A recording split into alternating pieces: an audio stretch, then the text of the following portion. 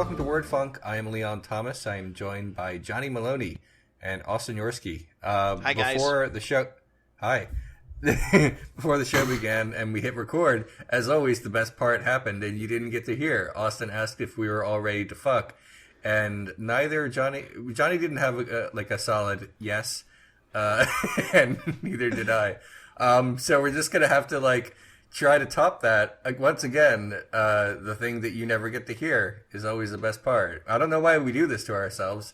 Oh well. I think you're overselling it. I'm sure these people, our listeners, have heard someone on the internet say, are you guys ready to fuck? It happens a lot. It's not special. Okay. I guess, but still, we have to do better then. Yeah, I don't hear it happen on the internet very much, but I guess I'm just not going to the right places. Yeah, no one asks me if I'm ready to fuck ever. That was the first time in quite a long time anyone's ever asked me if I'm ready to fuck. It's not really one of those YouTubeable phrases, is it? Yeah. All the YouTube channels that I frequent. It never starts with hi, I'm such and such here to talk about social justice. And by the way, are you ready to fuck? Yeah, that's the hot new YouTuber intro. Hey guys, you ready to fuck? I sort of feel like that's more of a Twitch thing, Austin. Oh, okay. Yeah. If it were Twitter, it would be favorite for yes and retweet for no. Yeah, and then the BuzzFeed version is top 10 reasons you're ready to fuck. Number 7 will blow your mind. Or other parts of you. There's a lot of things to blow. Are we going to do a good show this week or a bad show? It's going to be a bad show. Oh, dang. Yeah. I felt the vibes already, and I was getting worried, but it's good to have my fears confirmed. I have good news, though. We can have good news in a bad show. Yeah, that might make it better. My water temperature is okay. Yeah, in your body or in his immersion circulator. This is an ongoing storyline. I know. The water temperature in my body is also okay, though. All the fluids that I have in my body right now are all kind of adhering to round about the same temperature. I just had a sip of some cold brew coffee, so there's a puddle in my stomach that's me too. Colder than the rest. But I have half a gallon of iced coffee here, and I'm going to drink it all tonight. Is it iced or is it cold brew? Because I don't know the difference. Snob that I am, I will tell you the difference, Austin. Uh-huh. Iced coffee is coffee that is made traditionally hot, and then afterwards you cool it down. This is different than cold brew coffee, which is made, as the name would suggest, cold. Damn. And it's I make my own cold brew coffee because it's when you're basically using cold brew to make it, cold water to make it, it doesn't the heat doesn't unfold the proteins in the oils, so it doesn't actually mess with the molecular structure of coffee. You don't cook the coffee while you're making it and then cool it down. It comes out cold, so it's a different shape. You know how I love my proteins. Its proteins remain folded. Excuse me. Oh. Is there a difference in the effect of it, caffeine wise? I'm sure the flavor is different, but does it do anything? The flavor is different, but the caffeine is still in your blood. That's where I like to keep it. It keeps you going. Great. When all the rest of the hope that you have as an adult is gone. Wow. All right, so what do you guys want to talk about this week? Leon, you said you had something? I actually made a big list. Snap. Yeah, I'll start with this. Okay, so there was a thing that happened last month that was nice and great and beautiful, and men tried to ruin it. We actually didn't. I don't think we talked about it. I actually don't want to talk about it. I'm talking about an addendum to it. The Alamo Drafthouse scheduled a movie screening party for women to watch Wonder Woman, and some dude bros flipped over all the tables because they don't know how power structures work and thought that not being invited to a party counted as discrimination. So whatever. It still happened, and it doesn't matter. But a few days ago, some men wanted to get revenge, so they set up a private screening for men only for a Metallica documentary, which is fine. Go for it. I'm not knocking that. You should be able to host a party and make the invites, I guess. That alone is not funny. What is funny, and I'm actually going to give you the link so you know I'm not making this shit up. I'm just going to put it into the thing.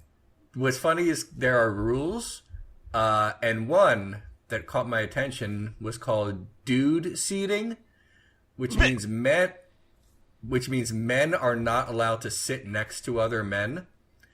Now, when I go to the theater, I don't instantly sit down next to a complete stranger. If possible, I give strangers a buffer. It's just courtesy. We didn't go there together. If you go to a movie at night or during a movie's first week, that is usually not an option. So I almost get that in principle, but mandatory dude seating in which no one is allowed to sit next to anyone is extreme. What strikes me as odd about this is, like, does that mean if I were to attend this with, like, let's say, men friends, we wouldn't be allowed to sit next to each other? I mean, we came as a group. Also, what if a man brought another man as a date? How important? I think you know the answer to that question, Leon. Yeah, I know, but how important is it to the organizers of this event to never touch elbows with a man? Look, I'm not saying they can't do this. I'm not in an uproar that it exists. Go for it. Leon, obviously you are, and you know, I mean, this is okay because, you know, people are allowed to be on different, like, you know, places of the spectrum of sexuality. Obviously, you are not aware of how erogenous and sensitive the outside of a man's elbow is. God, okay, that gets me so horked up. Just absolutely insta boner. Okay, especially if said elbow is like not moisturized very well, and it's like really that good ashy stuff, crusty and like oh man, if it's a rough dry elbow, oh god, bed me now. Okay, it's just I find it telling that a screening for men has a no homo vibe. But that's what the thing is. It's like, this isn't a screening for men. It's a screening for a certain type of man. This is like, Leon, you're like, oh, I found this flyer for a KKK rally. Weird that no black people are invited. Like, yeah, dude. These are like the most extra straight dudes ever. They're a lot. I know. We shouldn't even be encouraging their shenanigans by being like, look how wacky. Because they're not wacky. They're like, they need help. And you know what? They also need financial help because I realized that dude seating guarantees you can only sell about half the tickets. Money, I guess, is not as important as the possibility of making eye contact with someone who shares a common interest with you. Well, you know what happens if the two chromosomes touch? It explodes and everyone dies. I mean, that's the best case scenario. Worst case scenario is they take your man card, and then who knows what happens? No one's ever lived to tell the tale. So you get pulled off the mailing list, and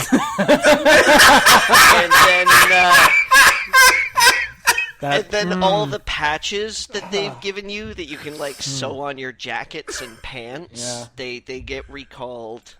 God, can you imagine the shame? And you're only allowed to shave with certain razors. Oh, okay. So hey, straight people, if you're listening to this, that's me. Are you okay? Hey, straight people, do you need to talk about it? Are you? I'm worried about you, I guess, is what I'm saying. It seems like you're not dealing with this century super well so far. This actually reminds me of an encounter I had in the men's room once, which sounds really salacious the way I just put it, but no. I was at a movie theater, oddly enough, and I went to the restroom, as I sometimes do. And two men I don't know happened to walk in at the same time, which is, fine.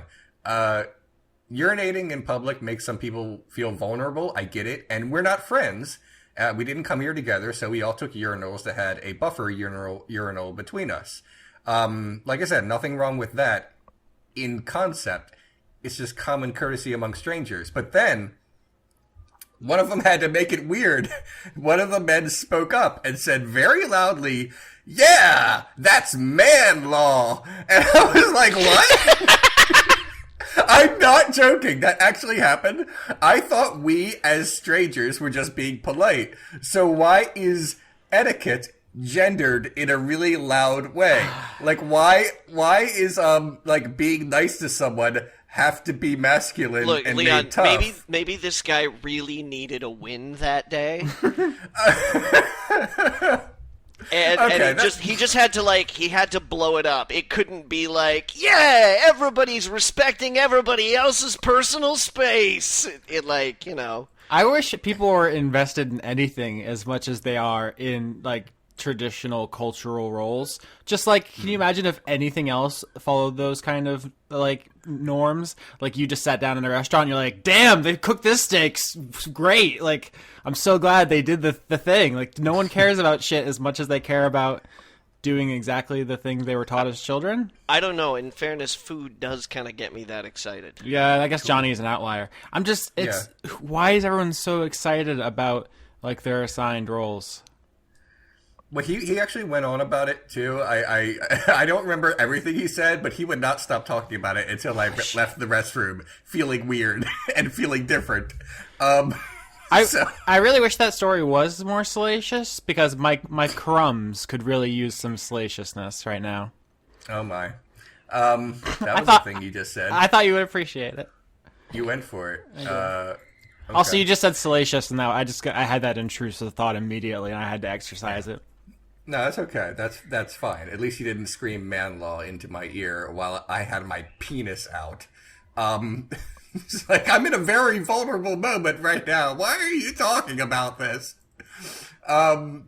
So, Austin, how many years of school does it take to specialize in man law? Fuck, I was 100% looking up man law right now to see what was going to pop up, and I was going to try to hit you guys with that shit before you brought attention to it. Wait, hold on. Yep. So man law has a Wikipedia page. Apparently, it is a series of beer commercials. Is this a reference? Is this maybe it was a pop culture reference that we were missing because we're not cool? Oh, it sounds like something from a beer commercial. It really does. Yeah. I'm just reading from the Wikipedia page. After a short discussion on a topic, men will come to a consensus on a man law. At which point, the men raise their beer bottles and proclaim "man law!" Exclamation point. Is that what, did he like raise his hands or something when he yelled it? No, he was holding his penis at the time. Did he raise his penis? Yeah. I mean, I didn't just look like a little bit. Did this guy just try to like cheers other people with his penis? Was he like, yeah, man law? Here's the weird thing. Like, I would be less creeped out if after we had all finished, as he was about to leave, he turned to us and said, I just want to thank you for being so polite about our moment there. Like, that would be a weird thing to say to a stranger, too. But at least I'd be like, oh, he's tried.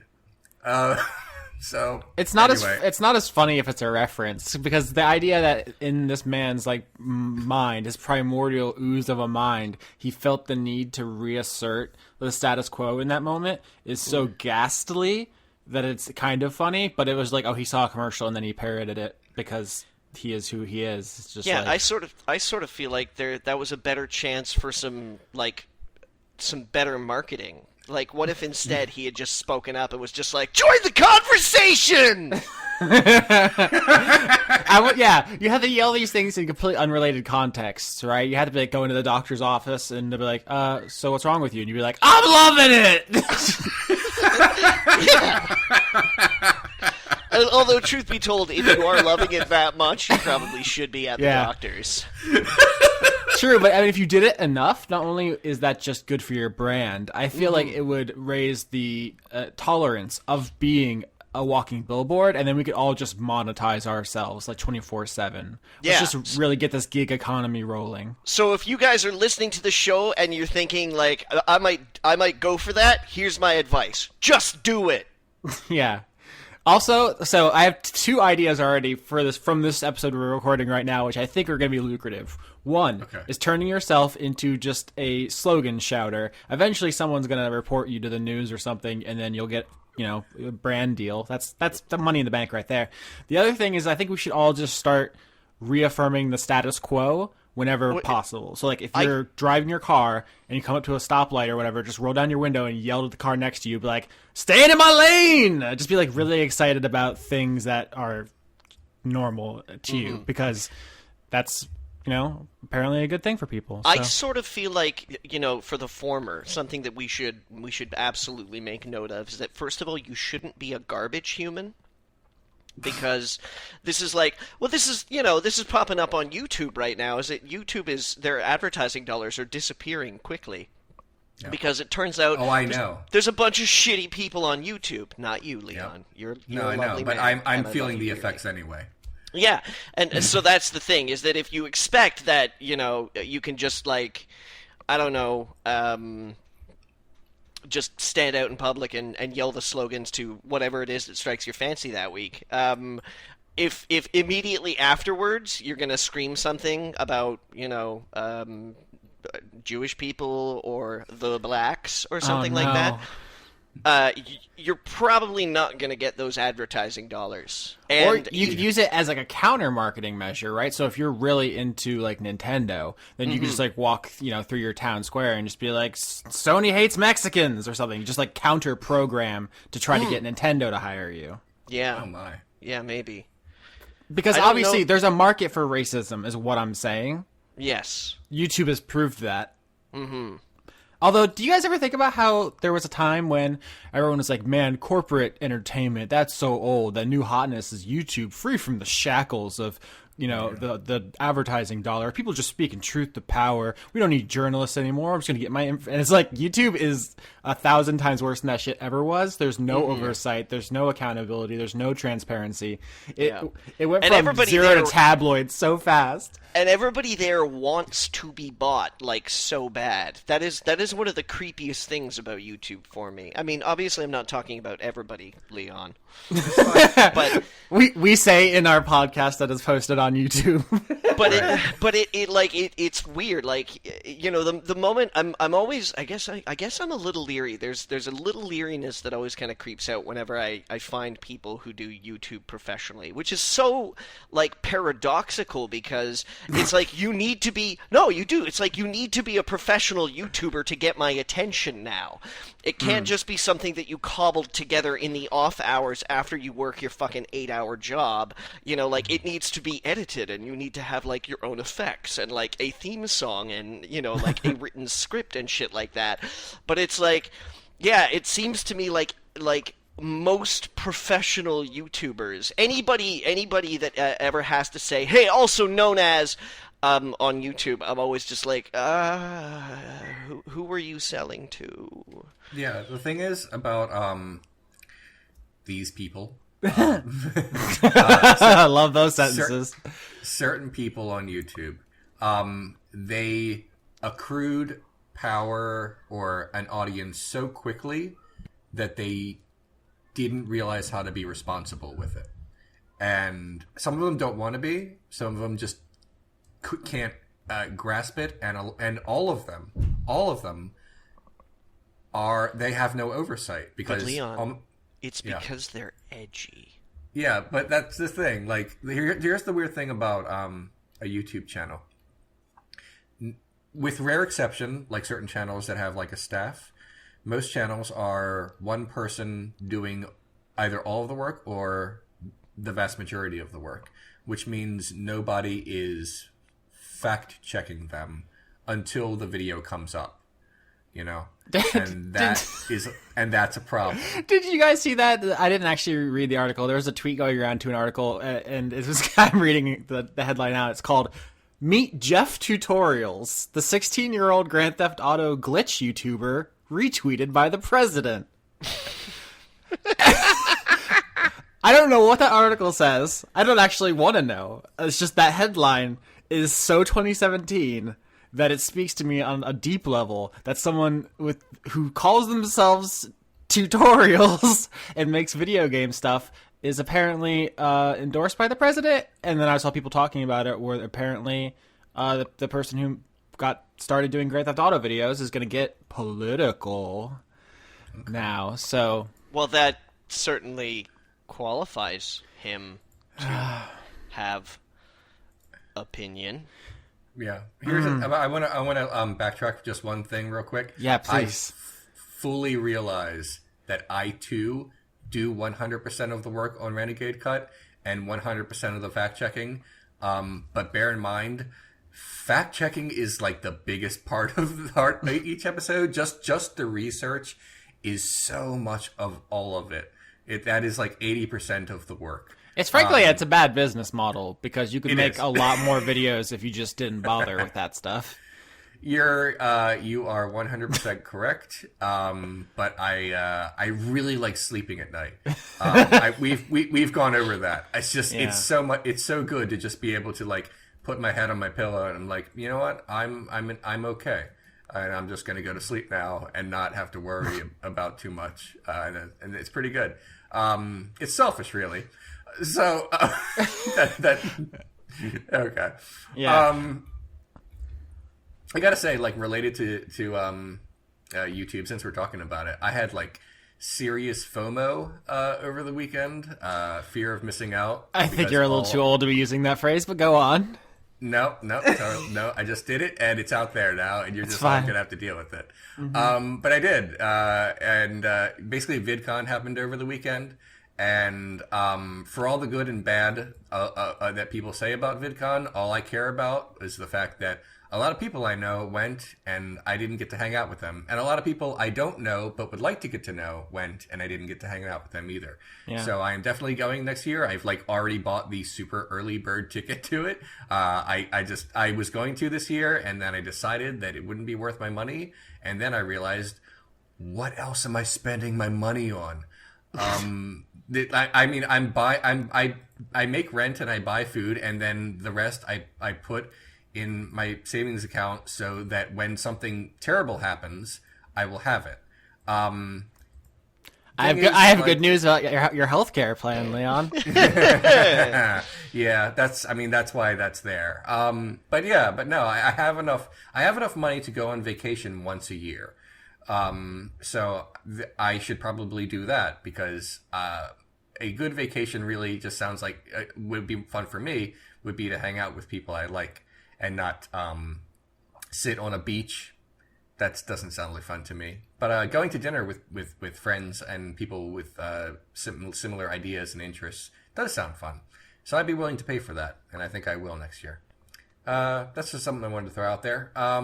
So we could keep talking about how good bad YouTube is, and I'm down because I live there. But if there's any, if either of you have any other topics you want to talk about, I feel like I've dominated the first half an hour of this of the topics here. Yeah, I have some stuff. We could go on for YouTube. It's kind of a microcosm of this entire money and entertainment confluence that we talk a lot about on our pop culture show.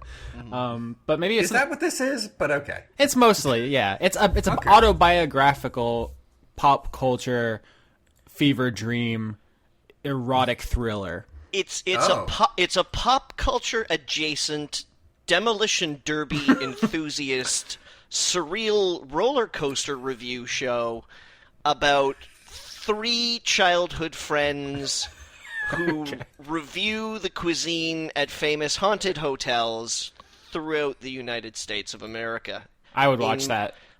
In my dreams. Okay. It's a really good thing that we made the title to this podcast so specific and informs the audience of exactly what it's about. Oh well. So anyway, it's funny because on Dice Funk, we had a new cast member join, and her audience is not familiar with our work. So every time she tweets about like new Dice Funk episodes, she gets like 1,000 replies of people like, "What's dick fuck?" And then they send another one like, "Oh, sorry, I misread that." But it's been happening for like weeks now. It's great. The weird thing about that is that I feel like that is absolutely our brand, though. Mm-hmm. And it was totally accidental.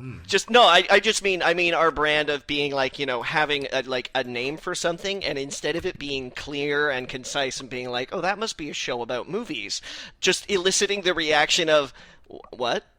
I feel like I feel like that's us. Mm-hmm. Okay. Do you ever? I'm sorry to bring it back to YouTube. Do you ever, Go ahead. if you had the chance, would you rename Renegade Cut to something more? Nope. Okay. Oh my god! If there is one thing I regret about Renegade Cut besides the first 2 years, it's the title. It's the title. It's part of me now to the point that I don't think about it very much. But God, do I not like the title of the show? It's too late to change it. It would create brand confusion if I were to change it, and my name is not known enough for me to just go by. Like, for example, Lindsay Ellis has rebranded her the name of her show before, and that's fine. But she's a name, so she could just do that, and people will be like, "Oh yeah, you." I'm not, so the title is more known than me. So I gotta keep it. But yeah, I super hate the title of my show, much in the way that like Charles Schultz hated the title of his comic strip forever. Oh, but did that he? was just that. Yeah, he hated. Someone recommended it to him, and they didn't give him a choice. Oops. That's not a recommendation. That's not really a recommendation.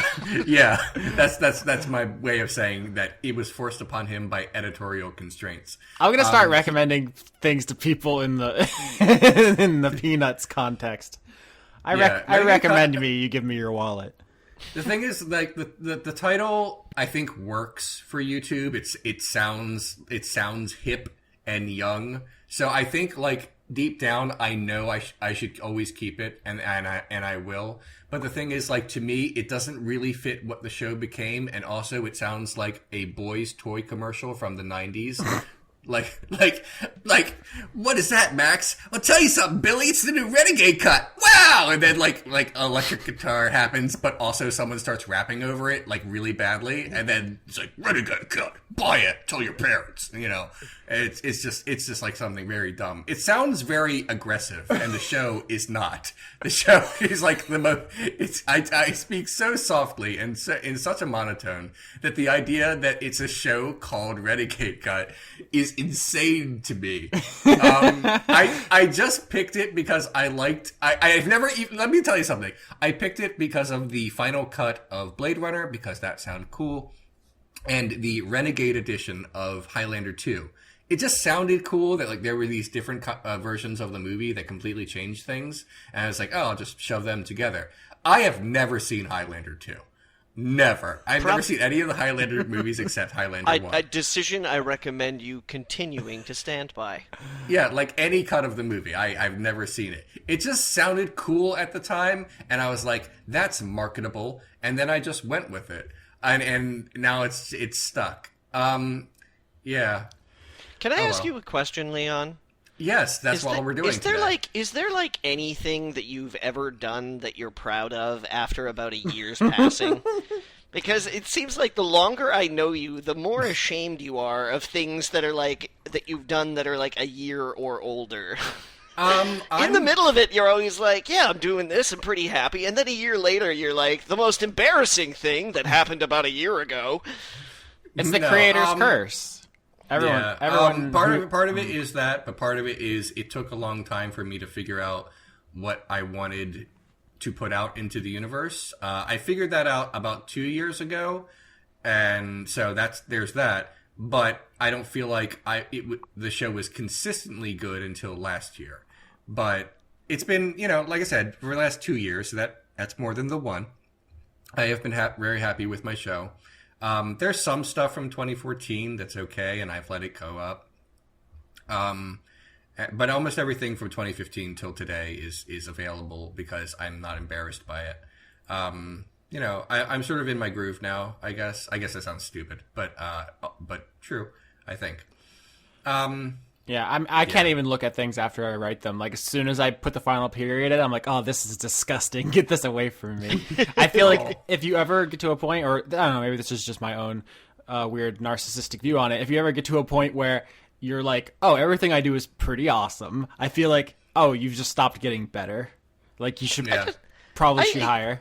No, I look at stuff that I've done, and generally I feel like some stuff at least, the stuff that I feel like legitimately has quality, and like it spurs this feeling of me kind of being like, I think I said what I had to say.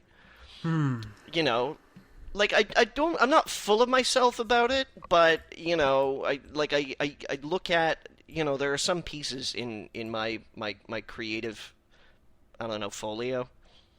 I just made a face there after I said folio. I don't know why. That I look back on, like years later, and I'm kind of like, yeah, that did what I needed it to do. Okay.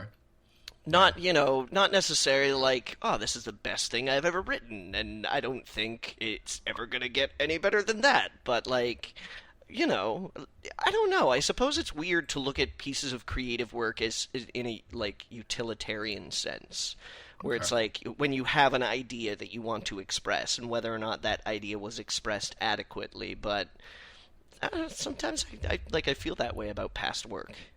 All right.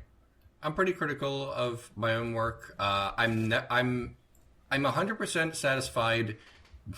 like the old joke, like I'm 100% satisfied, like 50% of the time. But no, like I'll just scrolling through, this year's episodes. I'm like, this one was good. This one was no, that one was not good. This one was good. This one was good. This one, I wish I just had more to say. That one was great. That one was fine. That was good.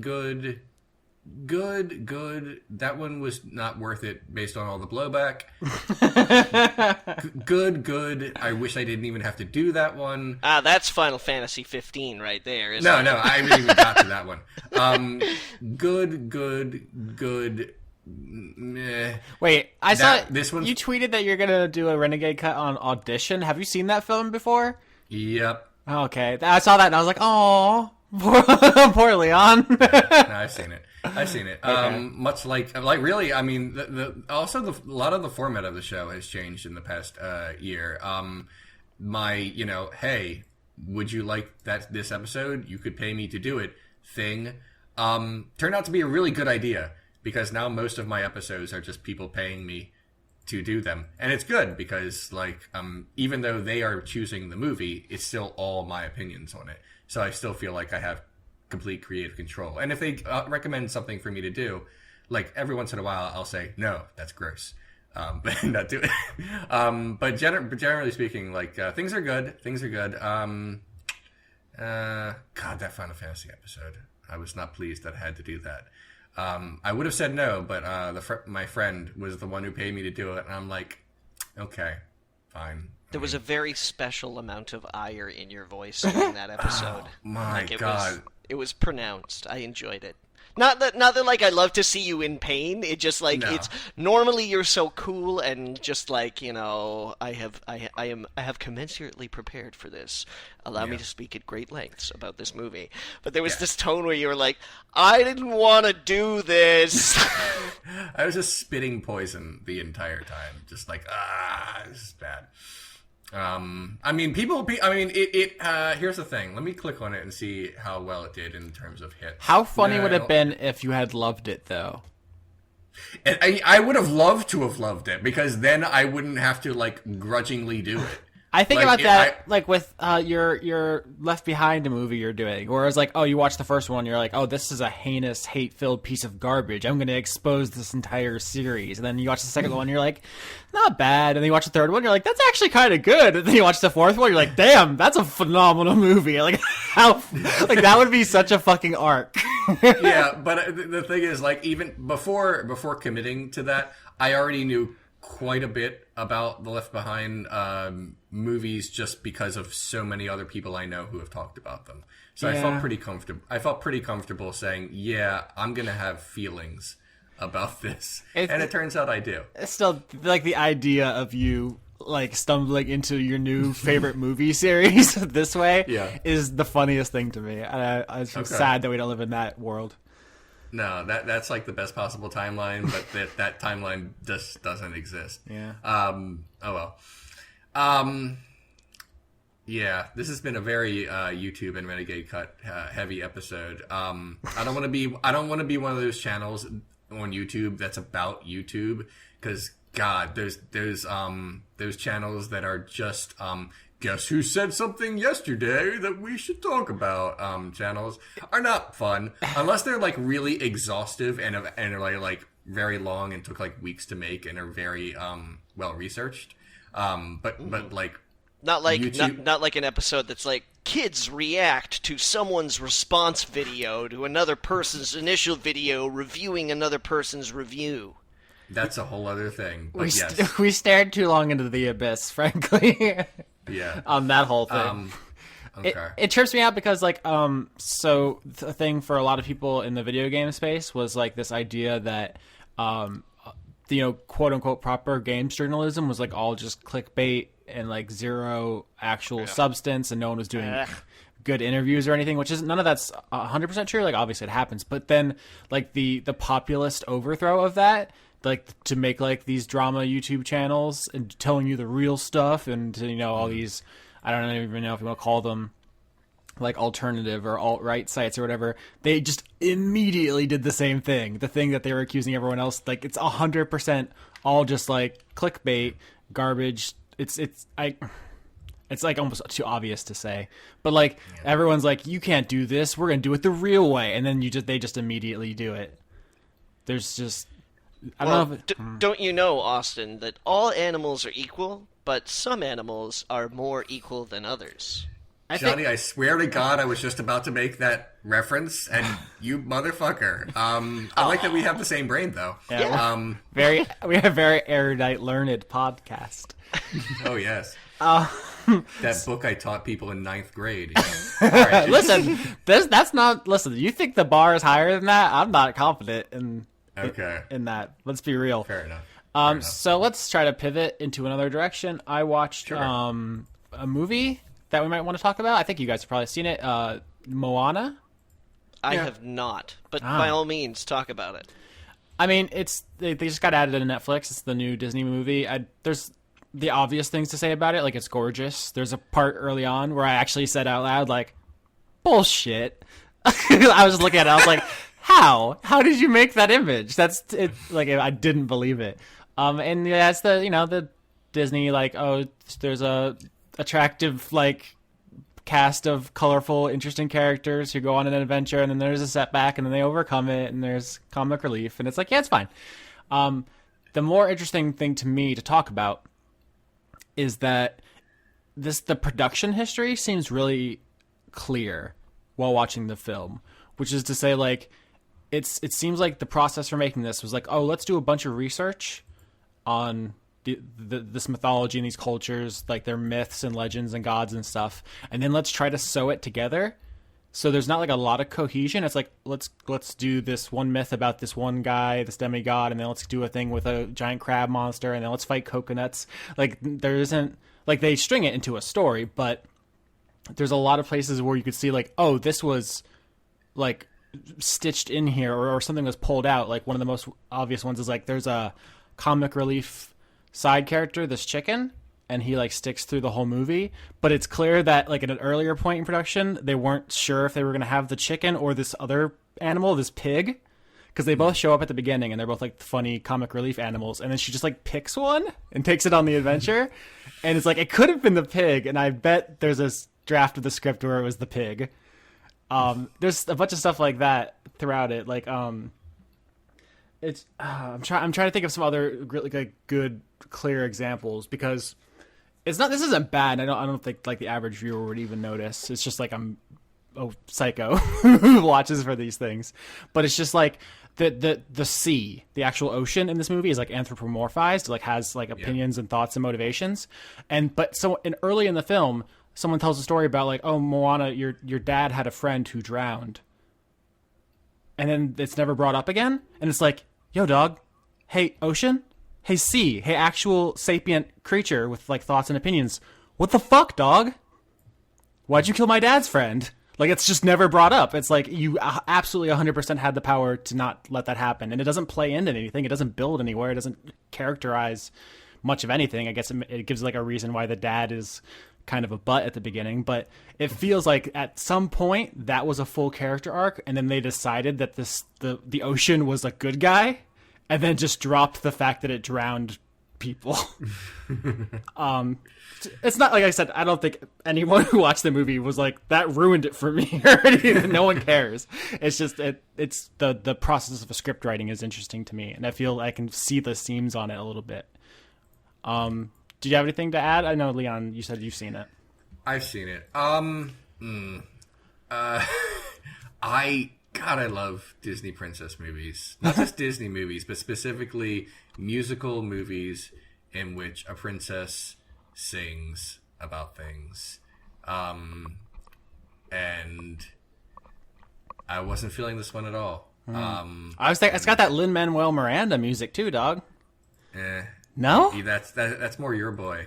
Yeah, I mean, I know, but he should be everybody's boy. He's very good. I mean, I bet he's good at what he does. But yeah. See, I thought it was so good that it didn't even require comment, and you're just like, okay. No. Interesting. So okay. Look, I watched the movie, and at the time, I kept feeling like something was missing, from my Disney princess movie experience. And while I was watching it, I couldn't figure out what it was. I just felt like there was a hole in the movie, and I don't know what needed to be filled in that hole. And I just kind of walked out like, that was pretty, I guess. I like that one song, Shiny, and nothing else. By the Flight of the Conchords guy? Yeah.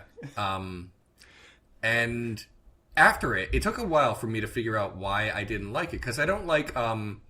clearly, like, tons of effort and heart went into this movie. And when a movie is sort of made, like, cynically, I'm like, yeah, that's why it was sucky. But in this case, I was like, oh, clearly a lot of people really cared about this. And wanted it to feel authentic in some way. So it wasn't that it felt phony. So I was thinking about it for a while. And then I realized what was missing. And that was an antagonist. They're fighting towards a goal, of course, because they need to have something they're trying to do. They're trying to save their people.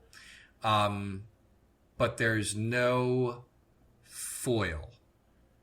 And for whatever reason, maybe just because it's supposed to be in every screenplay,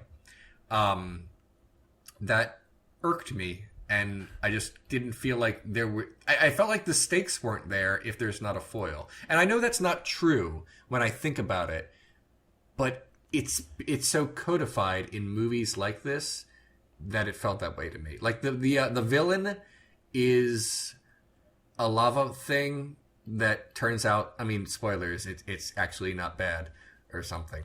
I don't remember. I don't remember. The antagonist of the film is like the fact that their culture has stagnated, really. And yeah, I mean, there's something to overcome. It's not like they're just frittering away an afternoon, and that's the movie. They obviously have a goal, and it's important. But man, this needed a Jafar. Yeah, it really did. And like, I guess the tension, they wanted the tension, I guess, to be between Moana and Maui. And The Rock is very charismatic, so of course that would be like a cool part of the movie, and I get that. But the last buddy comedy that Disney did, which was Emperor's New Groove, had like a really cool antagonist who was just like, I'm evil and I'm a lady and I got this dumb sidekick and everyone loves him. I was like, oh, neat. But I mean, even in that movie, like, yes, she's evil, but she's the one who causes him to undergo the change that saves the day. Yeah, I mean, the point is, I guess, I don't know. I feel like that's just a hole in a movie that I would expect not to have one. And I don't know. I don't know if that's the only thing I didn't like about it, but that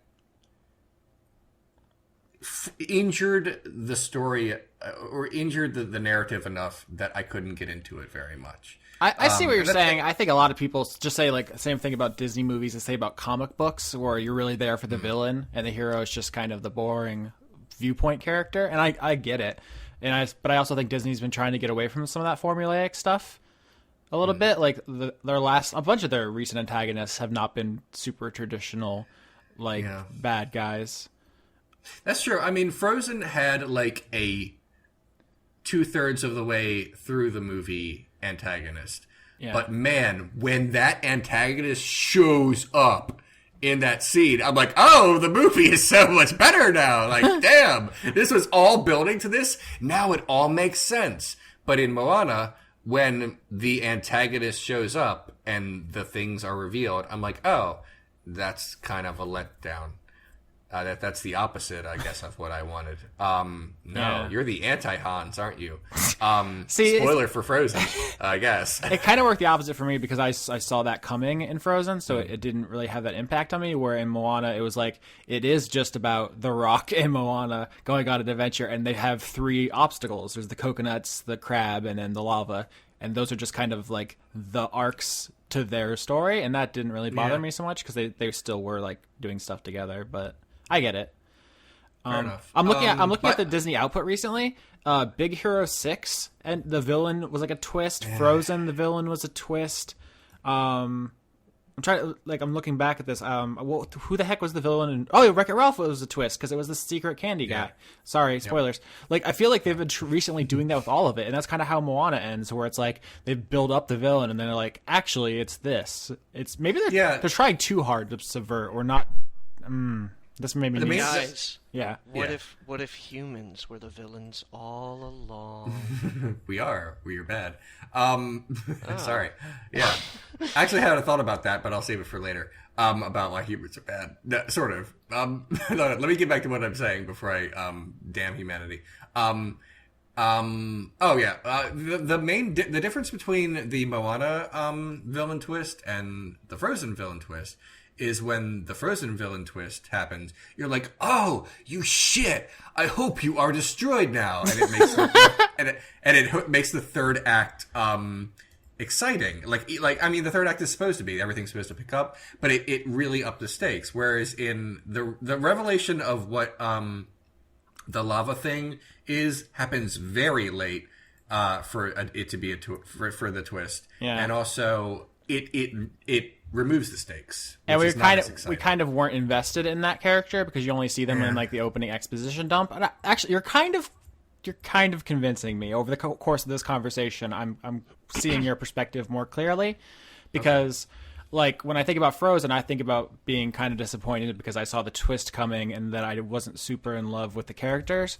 But it's like you knew of all the players involved when the twist happened. So, like, if you were invested, I bet that was really good. I bet, like, that just structurally is more sound than, like, back in history, a thing happened, and then an hour and a half later, we're going to reveal that's not what happened. Yeah. I'll just be totally honest and upfront about this. I'm not embarrassed to say that I did not see the twist coming in Frozen because I've been so indoctrinated in Disney having a certain formula that when the formula was subverted in that way, I was genuinely surprised because I was totally on Team Hans.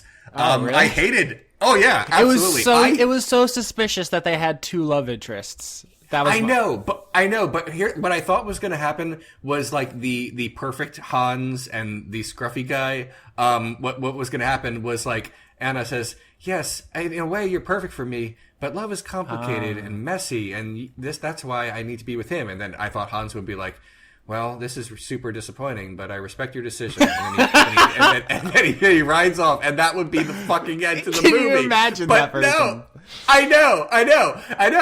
That's nuts in retrospect, but in my mind, that's just how Disney goes. Yeah. But then when he did the line, and he says, "If only someone loved you," I was like, "Fuck." I audibly swore because I didn't get to see this in the theater. I watched this with my now ex-wife. She had already seen it and did not spoil it for me. And I watched it and I was like, no, I believe in you, Hans. It was so good. I love the idea of you in a theater of children though, and just being like, you asshole. Oh yeah, that'd have been so good. I can only imagine how children dealt with it because apparently there was a little controversy about that children were like not only surprised but like in a bad way. There was I have read articles to that extent, and man, was I a child when I saw Frozen because I was not okay with that. But in retrospect, the movie only works that way, doesn't it? And there's a lot of foreshadowing too. I was just so into the world that I was not like in film critic mode. I'm like, this is fun, and I sure loved all the songs. Except one. Those cowardly children. Back in my day, we watched We're Back, A Dinosaur's Tale, in which the villain is eaten by birds on screen. Oh, God. It's fucking terrifying. Also, John Goodman's a T-Rex. It's very good. I feel like I rep that movie every 25 episodes or something. That's fine. It's okay. It's a running gag then. Okay. Last thing on Disney though, I feel like we don't talk enough about how much Big Hero 6 sucked. I thought it was fine. I MST3K'd that thing. I was so fucking frustrated with how ham-fisted it was. I don't even have like the words to articulate it now. That movie was very frustrating. Okay, fair enough. I thought it was fine. I liked how multicultural it is. That hit my checklist of things that I like about children's movies that I wish would be in all children's movies. I guess that's just me in my bleeding heart bullshit. But beyond that, I thought it was a fine but unimpressive movie. And damn it, where are the songs? How dare they? It's a bunch of shit. All right. Okay, we've talked a lot about something that Johnny has not seen. He's just sitting there very patiently, waiting to be included, and we're sorry. So, Johnny, is there anything you would like to talk about? I have a thing to ask you, but I just wanted to let you have the floor. I had a pretty uneventful week. Okay. All right. Well, in that case, I have a question for you. Well, last Sunday's episode of Twin Peaks was fucking bonkers. Great. I haven't seen it yet, but you can go ahead. As you said that, a question came in asking for our opinions on that episode. I'm like, I can't even. I can't say anything about it to you guys. If you guys haven't seen it, it's something I'm afraid that must be experienced. But it gave me nightmares. Damn. Which made me feel like I was fucking 8 years old, because when was the last time you watched something on TV that gave you fucking nightmares? But David Lynch did it. Good for you, Dave! Congratulations! I've watched it twice, and I'm probably gonna watch it again, at least one more time before the next episode, because I don't get one this weekend. I don't know if you guys do, because we've got, Canada Day, and you've got the 4th of July or something, so... Okay. Well, yeah, I definitely don't have nightmares about movies and TV shows. Most of my nightmares are about being in a theater and my elbow is touching another man. Okay. I should have saw that coming, but I didn't. Fair play. Okay. All right. But Johnny, I actually had a question for you, because you mentioned something on Twitter that might be like nothing, but to me, it's so good. I want to know more about it. You said that your one of your coworkers is dressed like a dystopian character, and yes! What is that about? What do you mean? You know how in every, particularly nowadays with the tween super dystopian, the Maze Runner and fucking the Hunger Games and things like that, or but I'm talking just generally that genre of movies that's in the not too distant future, where there's this benevolent fascist state that's always has one weird arbitrary rule, emotions are outlawed, or everybody sleeps standing up or some shit like that, right? And it's almost invariably the supreme leader or the venerated speaker or whatever the fuck two words the scriptwriter decided to jam together to be this is the codified bad guy. Always has this super sanitized look. Yeah. But then they can't just go around in a suit or anything like that, because that's not future-y enough. They have to fucking Logan's run it somehow. So fucking Jodie Foster in Elysium, I don't even fucking remember who was in charge in Equilibrium or fucking Superviolet or whatever the shit this movie was. It's always somebody takes a very, let's take somebody who looks like they're in business or religion and then just tweak it a little bit so that nobody will notice. Yeah. So they have these super sanitized, often dichromatic outfits, which are black and white and things like that, and so I've got this coworker who just I don't know where she gets her clothes, but she honestly looks like she should be on an immaterial video screen that just broadcasts over top of this, like, city that's always night and always rainy, and, like, it just, like, pops on, and it's just like, good evening, citizens, a decree has been made, and it just, like, you know, like, she's got this one top that buttons up in the back, which is not uncommon for clothing, except there's only one button at the very top. And it's just sort of like, it like balloons out to like just above like the hips, just above the waist. And I sort of feel like it's made for making these like grand gestures with the arms, as if like, you know, you're giving things to the populace. It's like, I swear to God, she's got this look nailed down. And in my mind, she's Space Pope. Mm-hmm. Like that's how I'm seeing this. It's not quite as elaborate as I would think that, like, because when I think Space Pope, I think every religious leader in a Final Fantasy game post 7, you know, and they're always these like super huge ornate outfits and shit like that. It's more like, oh man, like the one person in 1984 who's allowed to have like some affectation on their clothing. Just like a little bit of flair. Like, all you would need is like the symbol of our empire, and she would fit right the fuck in. Well, the thing is that, like, what weirds me out the most about it is that I don't know if she's doing it on purpose. I don't know if this is an aesthetic choice where it was like, I want a look that says, I'm here to lead you through the dim present to the bright future, but also says, I'm not afraid to kill a few thousand civilians if they step on my toes, if you know what I mean. Oh my. I really wish there were pictures, but that would be super creepy to ask her to take pictures for me.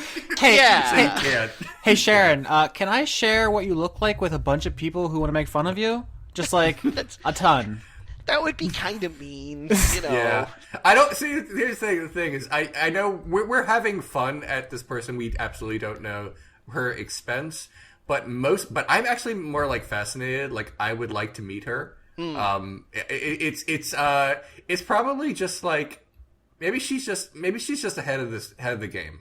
You know, it's possible. Like, you know, like maybe this is the bright new style choice that's coming to North America. You know, like let's embrace our politics.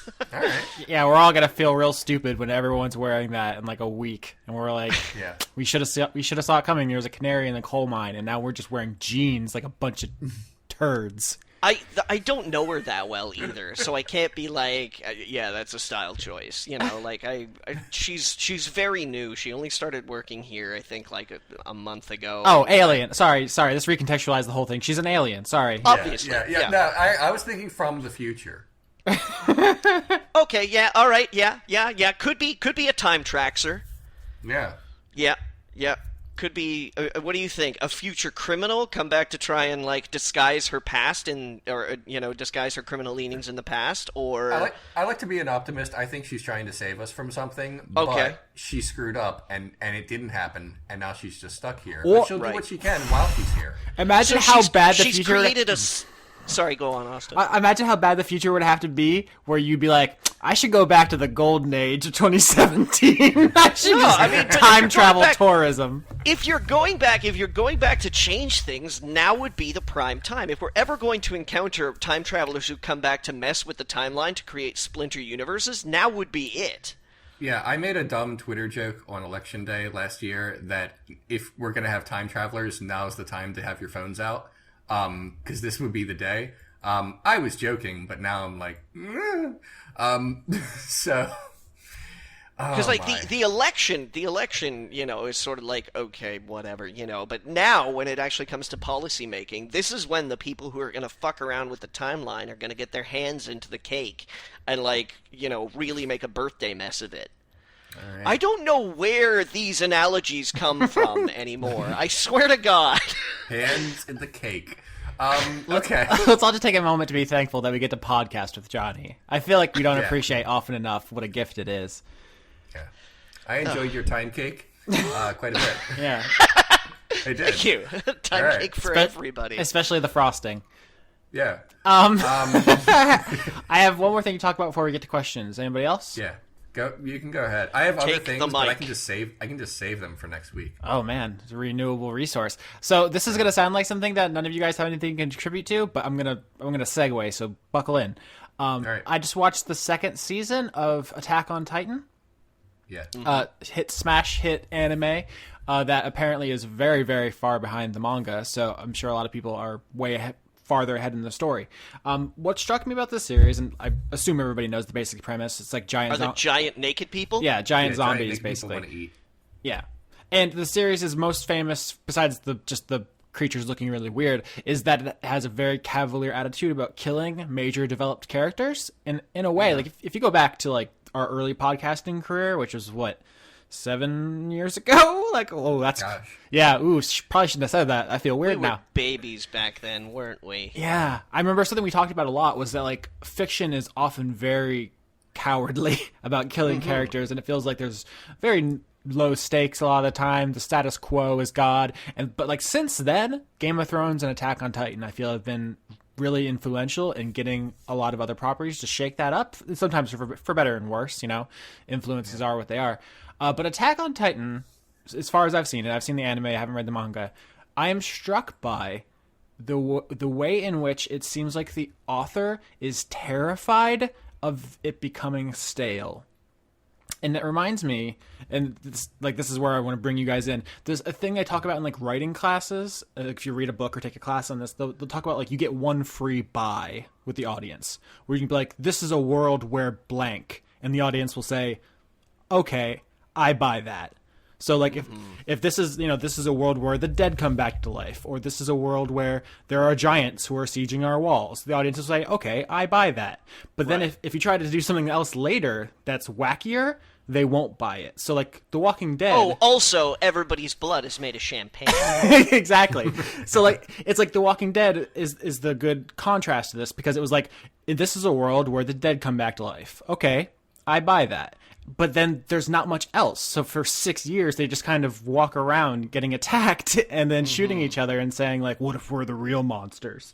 Right. Attack on Titan has a very similar premise. It's like, this is a world where humanoid monsters want to eat us. It's almost identical, but it ditches that like almost immediately, and it's gone through like now it's about a military coup. Oh, now it's about shapeshifters. Now it's about a secret princess. Now it's about, what the fuck is the new storyline? Some kind of like monkey What scientist. the shit is a secret princess? It's it's like someone who's like an Is that like a kingdom that nobody knows existed, and then like all of a sudden everybody's like, "Ah, you were my subjects all along." I think Rapunzel was a secret princess. A little but bit. I haven't seen Attack on Titan. No, it's oh, by the way, spoilers for Attack.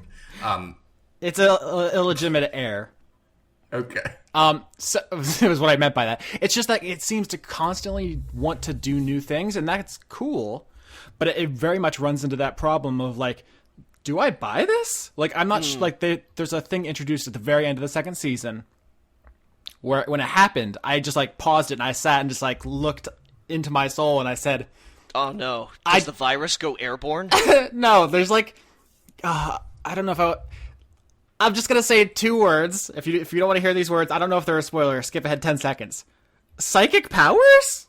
Question mark. I never liked that. I'm sorry. That introducing that into show, I'm always like, the well's dry.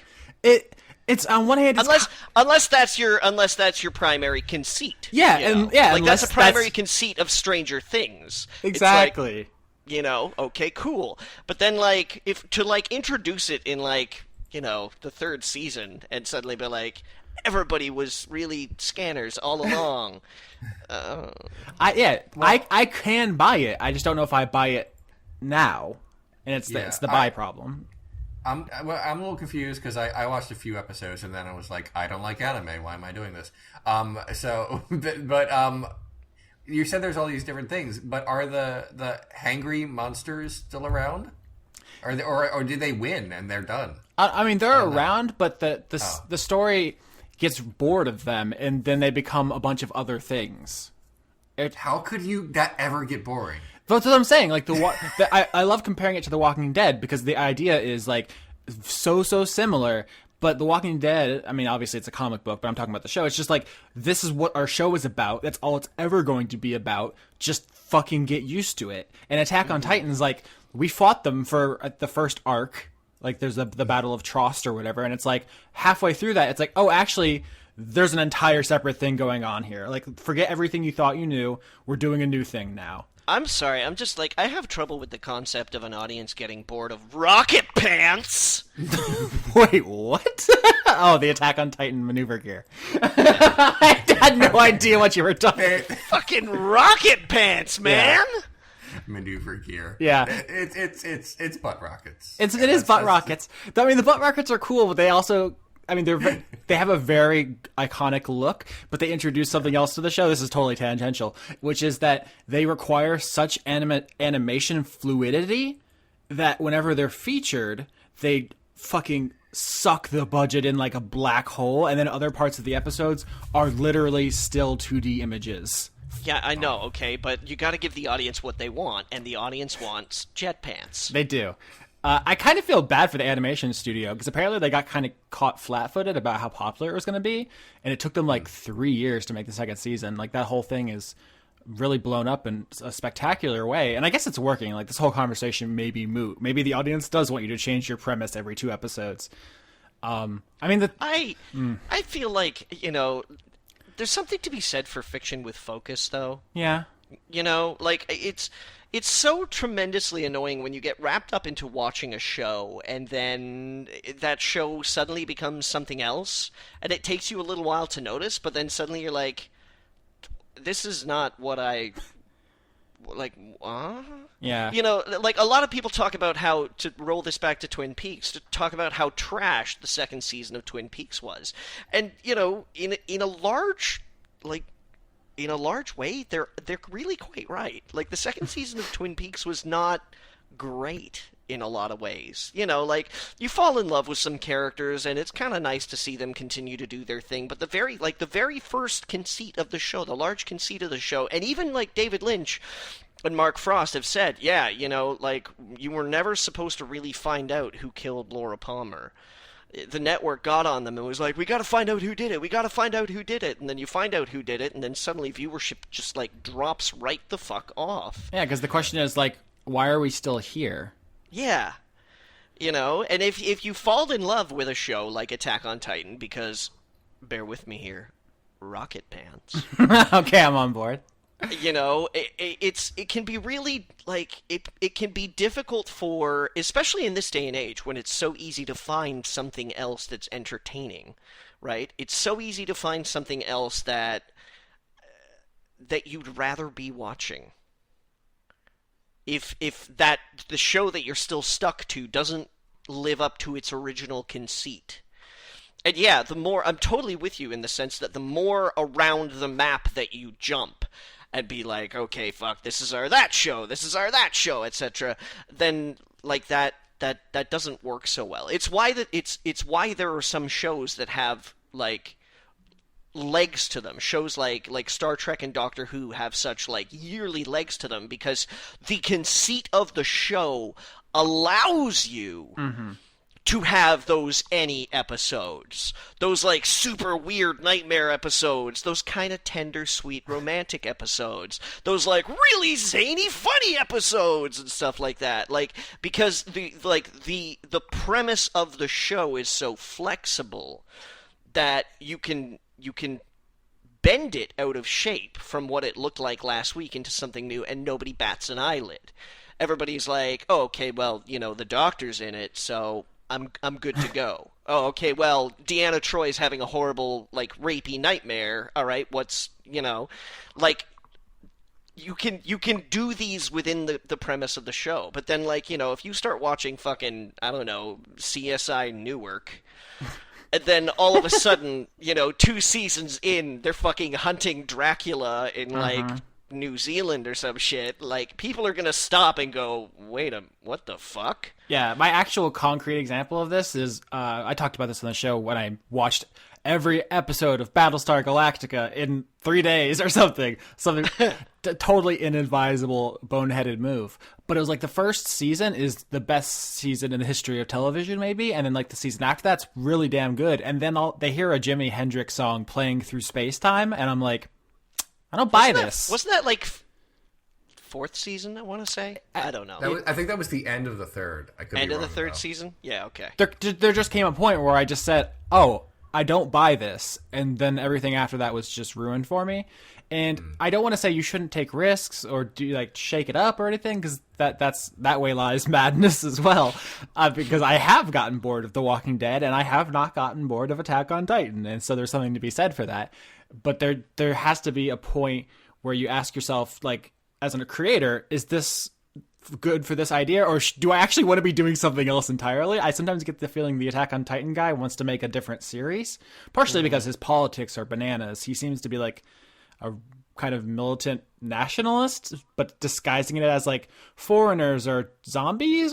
The military is glorious, but the government gets in their way, I think, is the message he's trying to put across. It's tangled, but it almost feels like he wanted to make an action horror series and then realized there's only so many ways you can stab someone in the neck. So I'm going to try to make this about everything else as well, because it's the most popular thing in the country right now. So, I don't know. It's a weird series. But I am still watching it. Anyway, I'm done. All right, you want to do questions while we have some time left? Yeah, why not? That sounds like something we would do. The first question that I popped up when I opened the browser was from Jade, our doctorate of questions. Why can't I stop thinking about Johnny? Damn. Because I'm sympathetic and charming? Or maybe it's just because I can't shut up. Well, the better question, I guess, is like, how can we stop? Because this is something we all deal with in our day-to-day lives. Okay, so how can we stop thinking about Johnny? Mm-hmm. You have to be less hot. That would help. But that's not something that you can do, short of disfiguring you, physically assaulting me, or maybe becoming proficient at Photoshop and just being really diligent about every single time a picture of me, which granted is not that often. I don't feel like there's tons of photos of me on like the internet and social media, but who knows?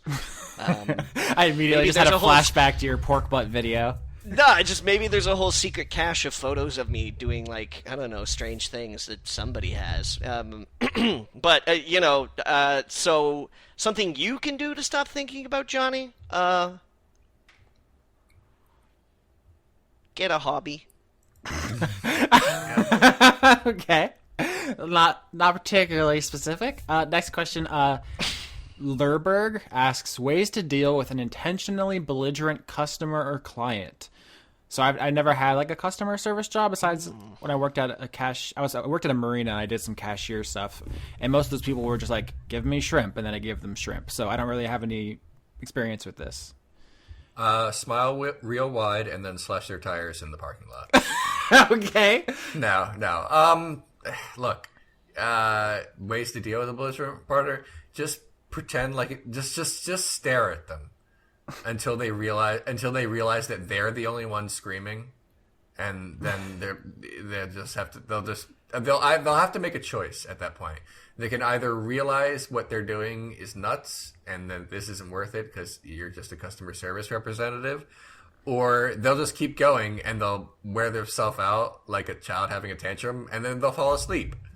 I literally don't know. Sorry. I feel like if somebody was yelling at me in a public space, I would wait for like a break in their yelling and just be like, "Oh, is this what you want to be doing when Jesus comes back?" Yeah, when just I try to deal with shame them. When I deal with a belligerent customer, like, in my job, I just ban them from my YouTube comment section, and I just literally never have to deal with them ever again. Benefits of being your own manager. Yeah, it's pretty good. There's like someone left a let me see if I still have it. I don't want to do that anymore. I don't want to like read people's bad comments. That's the thing I'm trying to stop doing. but I thought it would I thought it would help me vent, but it's just, so I'm not going to do it. But basically, someone left a very, very, very long comment that was basically a nutty conspiracy theory on my my As opposed comment. to all those really sound and well-reasoned conspiracy theories. Look, this wasn't even like I think that the moon landing was faked, and here is some dubious evidence to that can easily be disproved. But more like and the lizard people are all the Illuminati, and the Illuminati is the moon, and it was really in the out there, and I was like, I can't even read all of this. I'm sorry, if it doesn't have chemtrails in it, I'm not interested. Yeah. Wait, what if the Illuminati is the moon, though? Attack on Titan, Season 3. Yep. I'm just saying, don't discount it. Okay. Fair enough. Yeah, but no, it's hard for me to respond to that when I have godlike power over my audience. But no, no, the real answer is no, sell it. Like the Undertaker and a steel chair. Just pretend like they're not, what they're saying is nothing, and then they will either realize they're an idiot or they'll just have to stop because you're not. Because you can't talk shit to them back, or else you get fired. It doesn't matter how bad they are. So you just have to pretend it feels so shitty saying pretend it doesn't bother you, because that's a bunch of bullshit that people shouldn't accept as part of their lives. But literally, dealing in retail, yeah, that's probably something like that. You're probably just gonna have to just no sell it and let them walk away, so you don't just start punching. I guess. Yeah, I know. The adage, you don't have to take anybody's shit is a really, that would be a beautiful world, but, in the real world, you sadly kind of do. You kind of have to take people's shit. Here's the thing, you don't have to hold on to it. If somebody gets, way bent out of shape at you for whatever reason because you're answering phone for Comcast and Comcast is not fucking doing their job properly, then, I'm sorry, but people are gonna, absolutely unload on you. And unless you want to go and look for another job where you're less likely to have to take anybody's shit, then that's going to be a portion of your life. But when you hang up the phone, when that customer leaves, when they're done with it, don't let it color your day. Let it go. It wasn't even about you. It wasn't something that you did, Even if, I don't know, even if maybe you are partially at fault, you, I don't know, mess up someone's drink order at Starbucks, or, you mess up, something at work. They are actively making the choice to be dicks about it.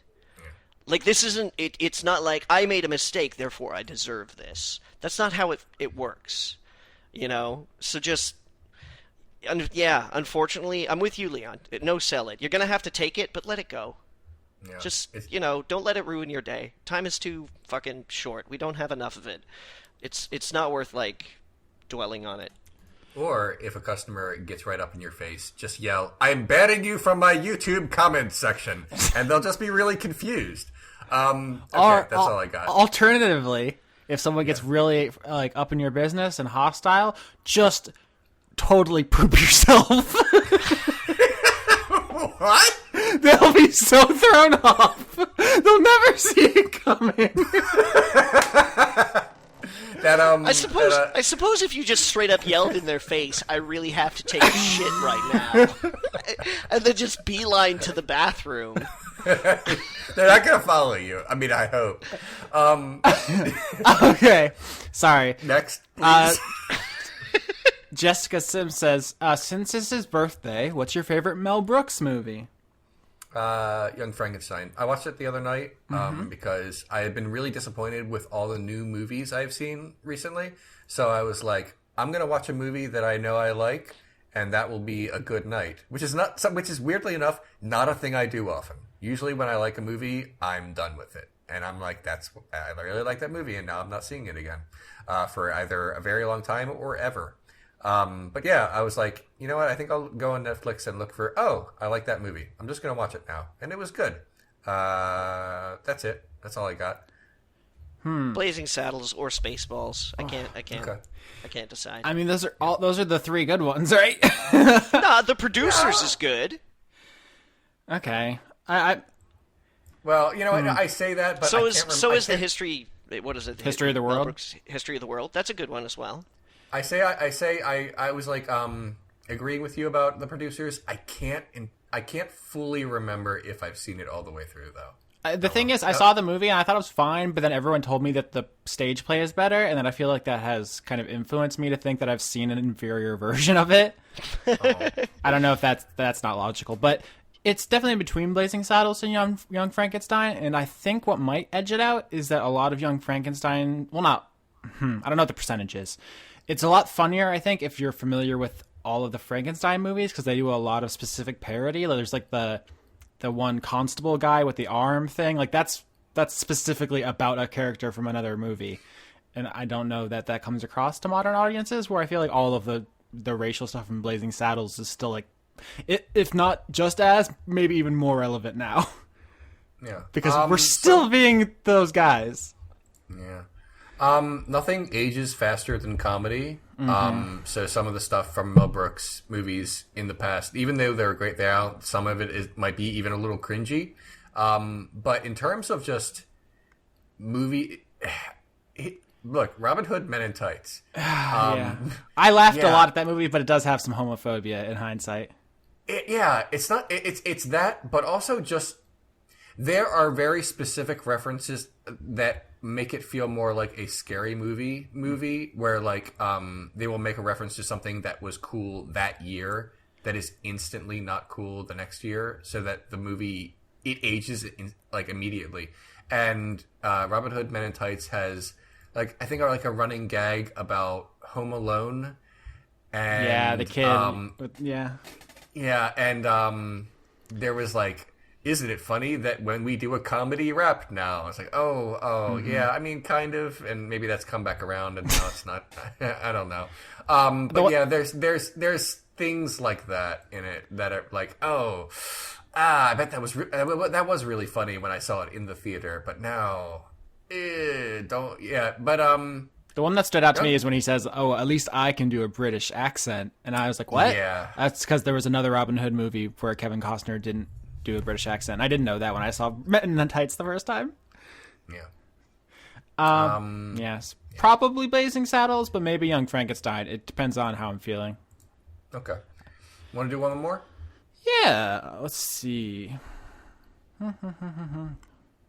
Now, this is a moral quandary. Toshiro Kuro asks, what are the circumstances that have to align for you to give someone you barely know a ride somewhere? Oh, I've done that. Yeah, and it turns out it was not that complicated at all. But I mean, you heard Leon's reaction. There's got to be like, Look. It depends. Does the question say not know well or not know at all? Because I may have misheard you. Let me double check. You barely know, it says. Barely know. If it's someone I barely know, like someone at work I've never talked to before, but if something bad happened, I would know how to track them down.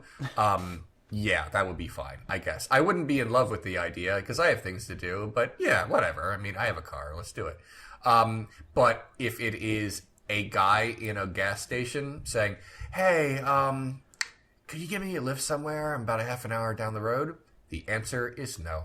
Yeah, I'm sorry. I don't know you. That might not be what was asked, but that's like the actual heart of this is like hitchhiking ethics, I think, is what we're circling around.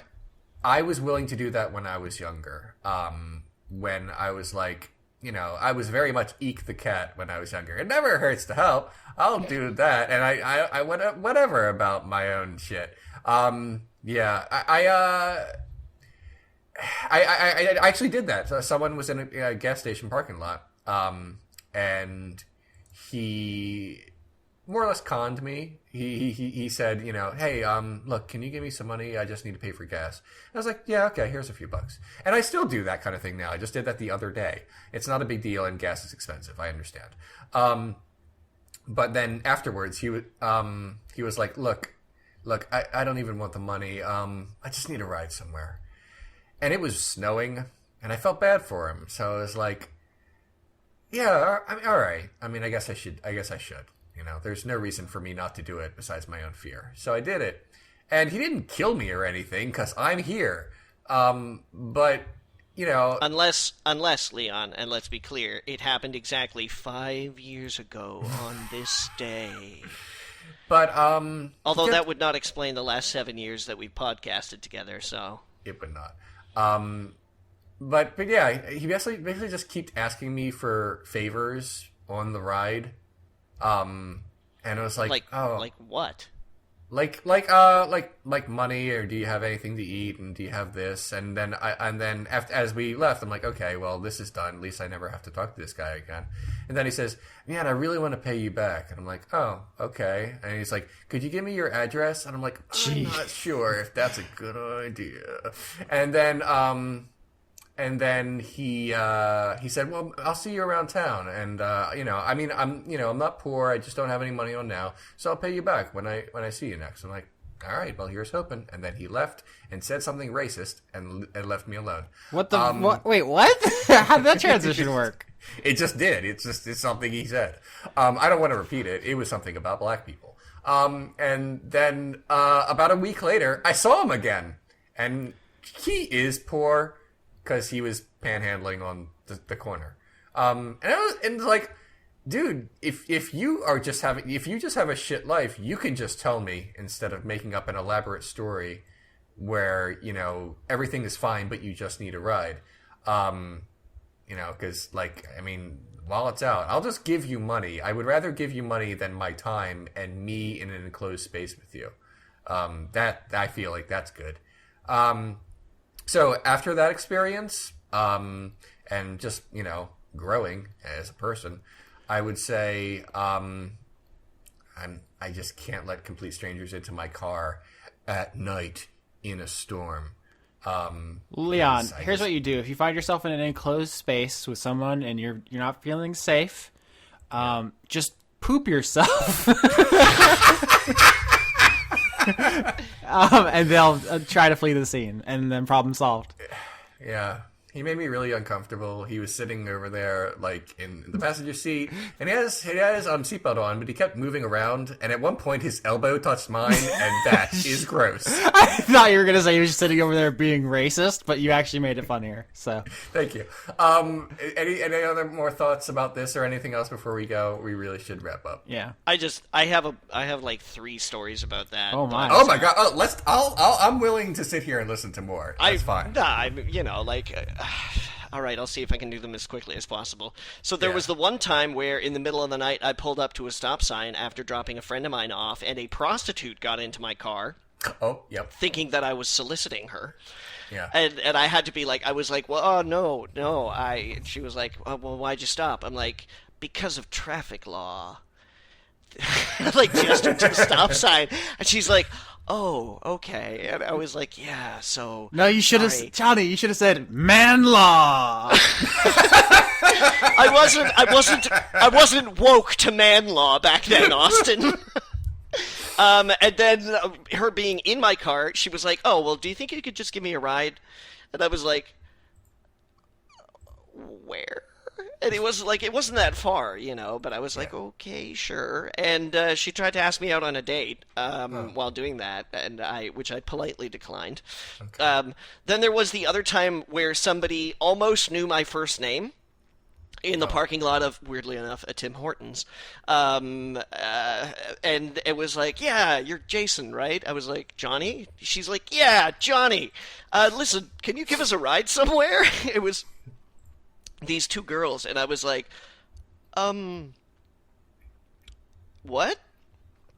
Maybe and apparently that was like, that was enough for me to be like, okay, sure.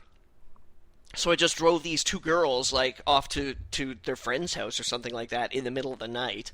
That was, I'm not sure I don't know, maybe I thought I was being, like, I was doing something nice, that I was like, oh, I better make sure they get to the right place or something, or else somebody might do something weird, being all cavalier or shit like that. And then there was the one other time where I came across a guy, like, in the middle of my street. I was on my way to my house at like 2 o'clock in the morning or something like that, and this guy looked like somebody had worked him over pretty bad. Oh. Like he was like obviously pretty swollen. Like he had been in a fight, and he flagged me down on the side of the road, and I pulled over. I was like, "Dude, are you okay?" And he was like, "No. I know this is weird, but could you just give me a ride somewhere?" And I was like, yeah, okay, sure. Why don't get in?" And I just drove him to like his house.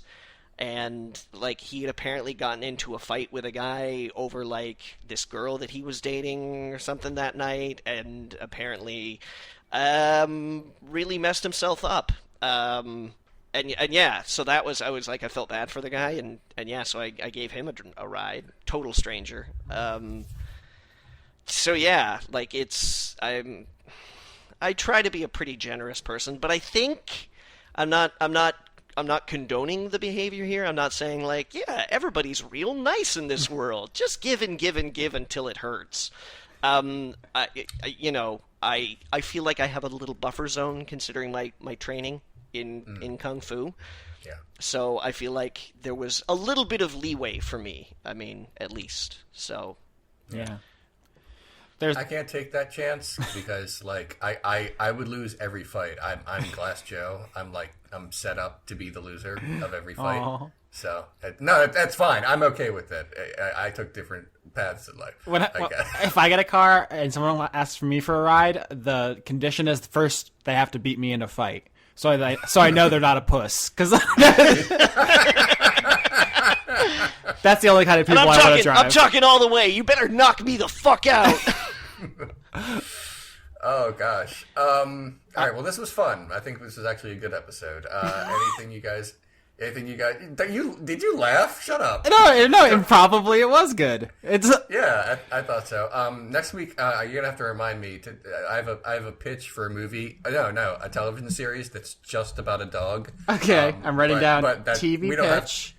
Dog. Yeah. I'm gonna keep it on my notes. I just hope it's not The Littlest Hobo, is it? Because they already did that, and it was called The Littlest Hobo. No, it's just about a dog. You know what? I'm gonna save it. Yeah, next time. Okay. Yeah. Anything you guys want to say before we go? Rocket Pants!